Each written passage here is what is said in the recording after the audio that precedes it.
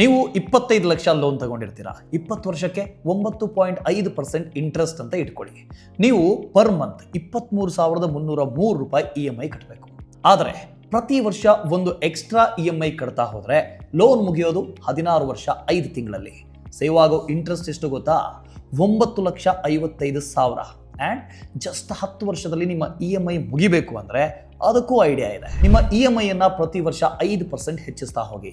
ಮೊದಲ ವರ್ಷ 23,303 ಇತ್ತು ಅಂದರೆ ನೆಕ್ಸ್ಟ್ ಇಯರ್ನಲ್ಲಿ 24,468, ಆಮೇಲೆ 25,692. ಹೀಗೆ ಹೋಗ್ತಾ ಹೋಗ್ತಾ ಹೋಗ್ತಾ ನಿಮ್ಮ ಲೋನ್ ಬೇಗ ಮುಗಿಯುತ್ತೆ. 12 ವರ್ಷ 7 ತಿಂಗಳಲ್ಲಿ ಇಂಟ್ರೆಸ್ಟ್ ಸೇವ್ ಆಗೋದು ಬರೋಬ್ಬರಿ 14,81,000 ರೂಪಾಯಿ. ಆದರೆ ರಿಯಲ್ ಗೇಮ್ ಚೇಂಜರ್ ಏನಪ್ಪಾ ಅಂದರೆ ಎರಡು ಕಂಬೈನ್ ಮಾಡೋದು. ಪ್ರತಿ ವರ್ಷ EMI 5% ಹೆಚ್ಚಿಸಿ, ಜೊತೆಗೆ ಒಂದು ಎಕ್ಸ್ಟ್ರಾ EMI ಕಟ್ತಾ ಹೋಗಿ. ಆಮೇಲೆ ಲೋನ್ 9 ವರ್ಷ 9 ತಿಂಗಳಲ್ಲಿ ಮುಗಿದೋಗುತ್ತೆ.